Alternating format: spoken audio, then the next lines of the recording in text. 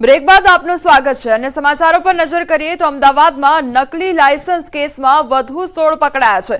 અત્યાર સુધીમાં 23ની ધરપકડ થઈ ચૂકી છે।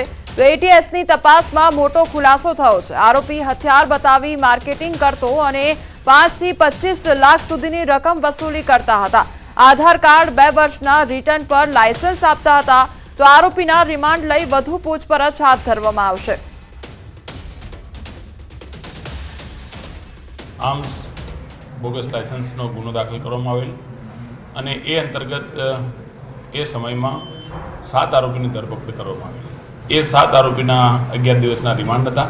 રિમાન્ડ દરમિયાનમાં વધુ 16 આરોપીની જાણકારી મળેલ છે અને 16 આરોપીઓ પાસેથી હથિયાર રિકવર કરવામાં આવેલ છે અને 16 આરોપીની વધુ ધરપકડ કરવામાં આવેલ છે। આ તમામ આરોપી પાસેથી ટોટલ 15 હથિયાર રિકવર કરવામાં આવેલ છે અને 489 એના કારતૂસ રિકવર કરવામાં આવેલ છે। આ આરોપીઓ પાસે બોગસ લાયસન્સ મળી આવેલ છે અને આ હથિયાર પણ રિકવર કરવામાં આવેલ છે, જે પંચના વિગતે કબજે કરી અને આરોપીઓની રાત્રે 1 વાગ્યાના સમયમાં ધરપકડ કરવામાં આવેલ છે।